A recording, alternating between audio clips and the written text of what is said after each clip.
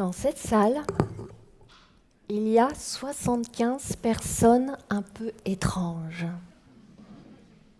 qui se sentent étrangères peut-être.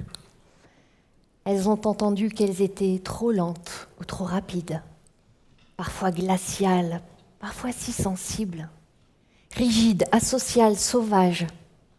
Je ne suis pas devin.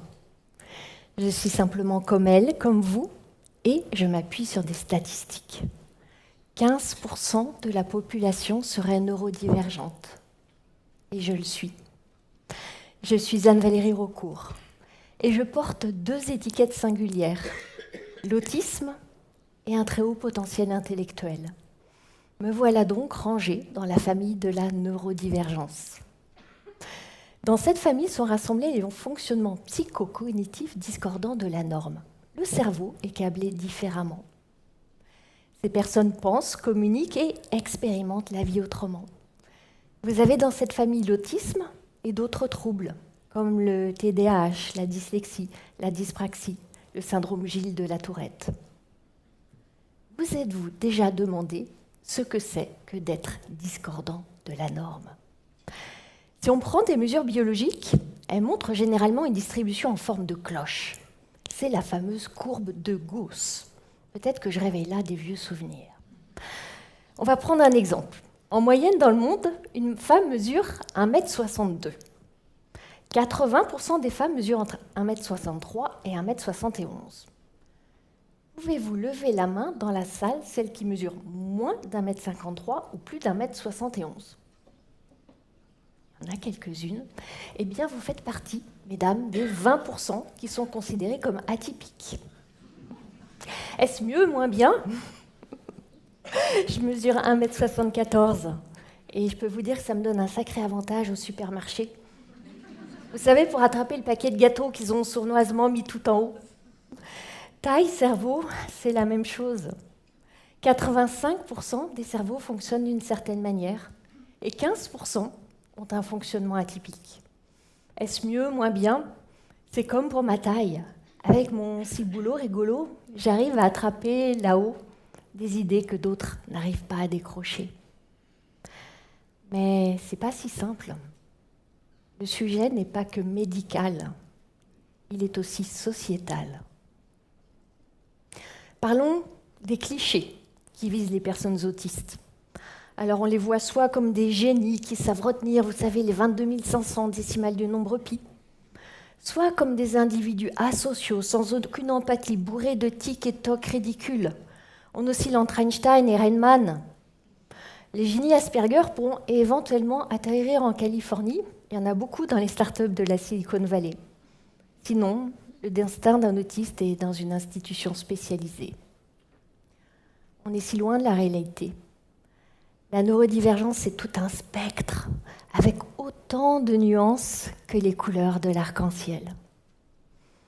Par exemple, l'autiste est souvent perçu comme une personne isolée dans les tréfonds de son monde et qui refuse d'entrer en relation. La réalité est tellement plus subtile. Cette personne ne sait pas comment s'y prendre. Imaginez un seau. C'est votre réservoir d'énergie pour la journée. Pour la majorité d'entre vous, il y a des événements qui percent des trous dans votre seau. Vous avez une urgence au travail, votre enfant tombe malade, votre belle-mère vous fait une remarque innocente ou perfide sur votre choix de vacances. Avec chaque trou, votre énergie fuit. Pour moi, en plus, et comme peut-être pour certains d'entre vous, les interactions sociales percent de gros trous. Et quand vous travaillez dans une entreprise, il y a des événements inévitables. Le déjeuner entre collègues à la cantine, le verre entre collègues après le boulot, la sortie entre collègues pour fêter un anniversaire, le pot de départ entre collègues pour célébrer une retraite. Tous ces trucs entre collègues peuvent être une vraie épreuve niveau JO pour vous. Alors vous fuyez. Vous avez toujours une bonne excuse pour vous défiler. Un jour, j'ai pris la poudre d'escampette pour de bon et j'ai créé ma propre entreprise. Parce que chaque salade macédoine mangée au sel sur une table entourée de collègues qui se régalent des bruits de couloir, chaque cacahuète grignotée sur un buffet où vous vous sentez comme une bête sauvage traquée, chaque sortie à laquelle vous dites oui quand votre corps hurle non, c'est à chaque fois un trou percé dans votre seau. Peut-être avez-vous déjà vu des personnes qui font tout pour ne pas être ostracisées. Le comble, c'est que malgré tous leurs efforts, elles semblent glaciales ou asociales. Dans l'inconscient collectif, différent égale dangereux. Ce sont les stéréotypes qui sont à l'œuvre. Le chercheur Martial Mermillod de l'Université de Grenoble étudie le phénomène des préjugés. Il montre que nous fonctionnons encore selon un mécanisme archaïque. Quand nos ancêtres, en peau de bête, se rencontraient fortuitement, ils devaient déterminer le plus vite possible s'ils pouvaient bavarder tranquillement avec cet inconnu en grignotant une épaule de mammouth autour du feu, ou s'il fallait sortir les gourdins pour se battre, ou fuir à toute allure. Nos cerveaux sont encore câblés pour nous avertir de ces potentiels dangers. Quand vous rencontrez une personne pour la première fois, votre cerveau repère des micro-signes, comme un regard fuyant, des mains qui se tortillent, des difficultés dans la conversation. Et voilà des signes que la personne en face est étrange, donc étrangère. Il va alors faire appel aux stéréotypes stockés dans votre mémoire. Si les préjugés sont négatifs, la zone du cerveau appelée l'amygdale est activée. Et vous voilà prêt à combattre ou à fuir. Heureusement, nous ne sommes pas condamnés à réagir comme nos ancêtres des cavernes. Nous avons la capacité de nous autoréguler. Nous avons dans le cerveau 2 alliés. Le cortex singulaire antérieur qui gère la détection de l'erreur et notre capacité à nous mettre à la place de l'autre. Et le cortex préfrontal qui sait reconnaître nos biais implicites. Vous êtes-vous déjà demandé si vous utilisiez ces 2 parties de votre cerveau? Elles sont là, ne demandant qu'à être musclées. Il y a près de 200 ans, Charles Darwin affirmait que les espèces qui survivent ne sont pas les plus intelligentes ni les plus fortes, mais celles qui résistent le mieux au changement, celles qui s'adaptent. L'adaptation est présentée comme la panacée pour naviguer à travers les tempêtes. Alors oui, s'adapter aux péripéties de nos vies, c'est nécessaire. Mais il y a une autre forme d'adaptation, celle qui répond à l'exigence de la conformité. On s'efforce de rentrer dans le moule jusqu'à devenir une tarte.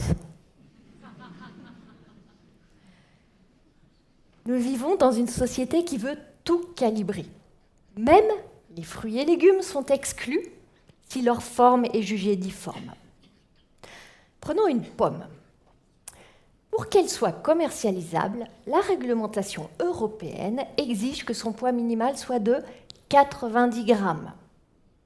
Les défauts de son épiderme ne doivent pas dépasser 4 cm pour les défauts de forme allongée, etc., etc., etc. 40% des fruits et légumes ne respecteraient pas les canons de beauté imposés.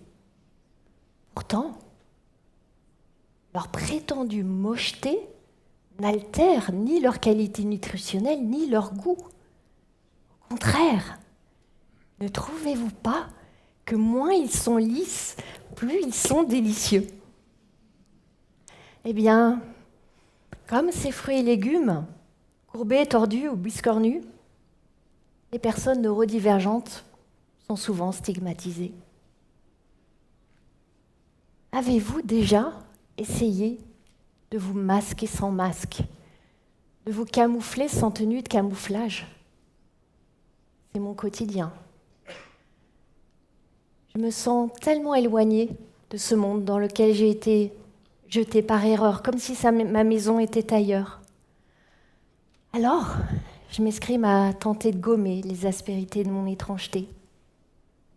Pour éviter d'être rejetée, il faut paraître assez normal. Il faut tout faire pour trouver un travail, nouer des relations, être accepté. Et nous voilà cousant une superbe cape d'invisibilité. On observe, on décrypte, on engrange des milliers de lignes de code d'information. C'est un peu comme jouer sur une grande scène de théâtre comme ici. On a des scripts dans la tête pour parer à toutes les éventualités. Avant de monter sur scène, comme tous mes camarades conférenciers, je crois, j'ai pensé à l'horreur d'avoir un trou de mémoire ou de glisser sur ce petit tapis rouge. Mais c'est pas tout. J'ai regardé s'il y a des lignes sur le sol. C'est rassurant de les suivre. J'ai observé les structures invisibles, sièges, allées, portes, lampes. Ça forme une trame fascinante. J'ai aussi établi des plans de fuite. Mais ça, c'est mon petit secret. Et puis, juste avant de monter sur scène, j'ai veillé à faire un stop dans mon refuge de prédilection. Vous ne pouvez pas imaginer le ressourcement que j'ai appris à trouver aux quatre coins du monde, entre le rouleau de papier et le balai des toilettes.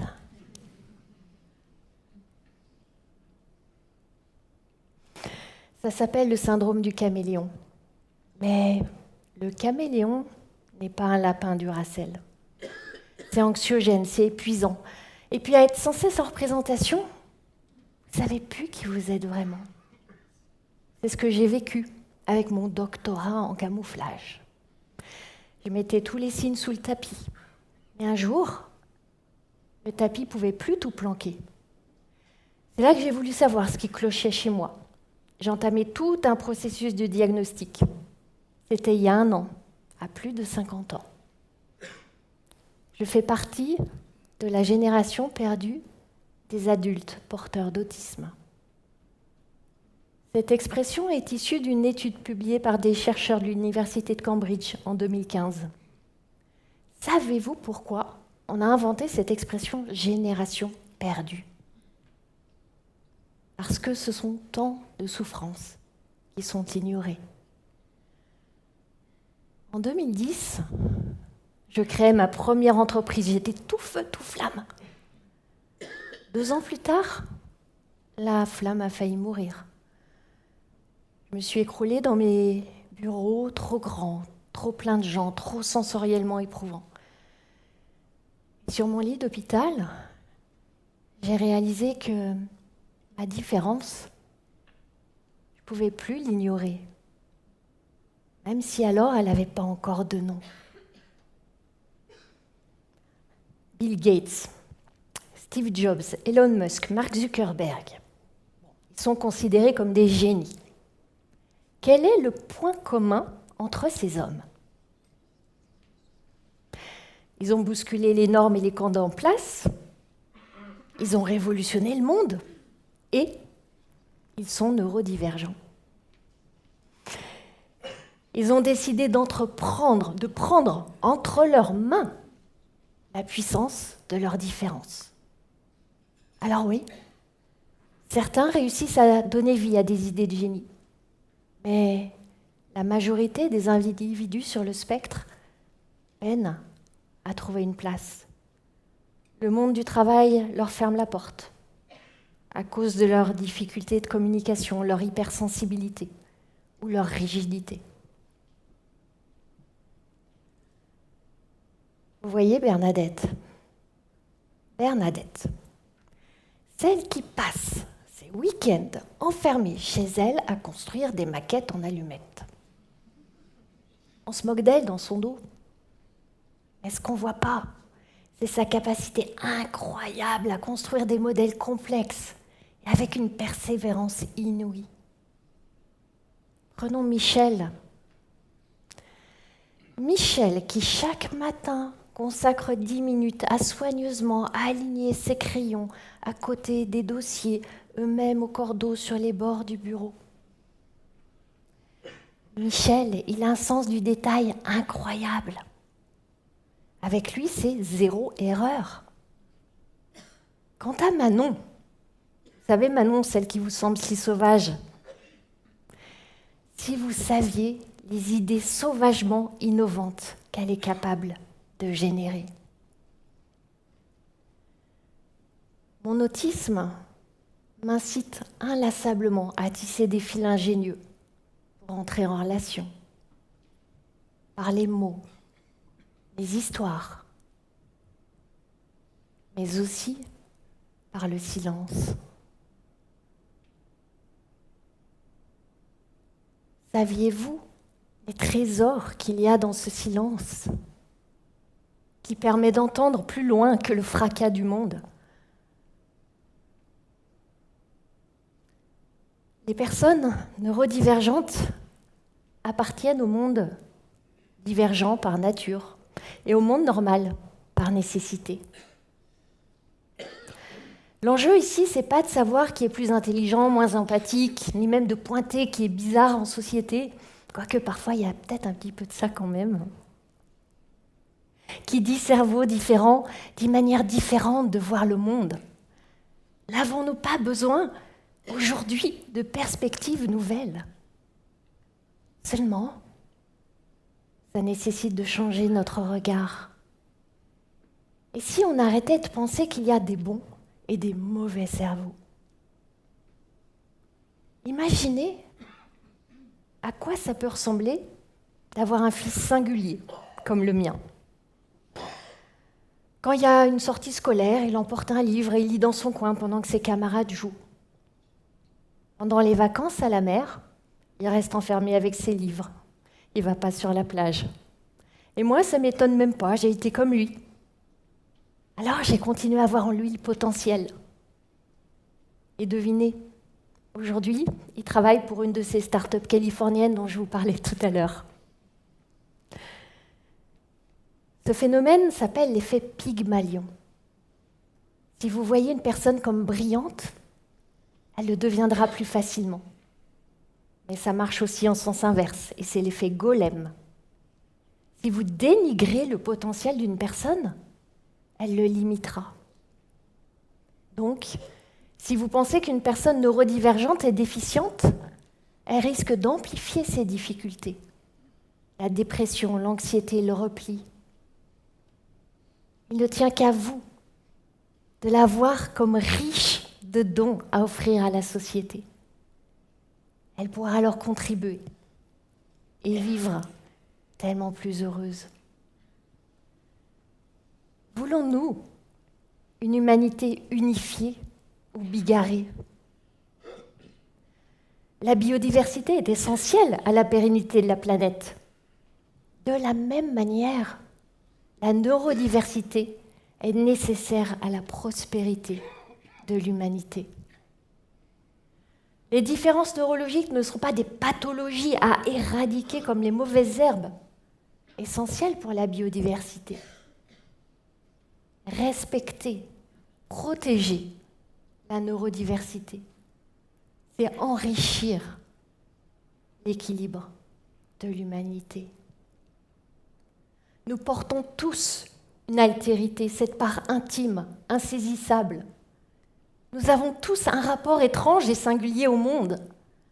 Pour nous tous, cette réalité a quelque chose d'angoissant et d'éblouissant. Et je me tiens là, debout devant vous, avec un cerveau pas si différent du vôtre. Nous avons tous un cerveau unique. Alors, la neurodivergence nous concerne tous.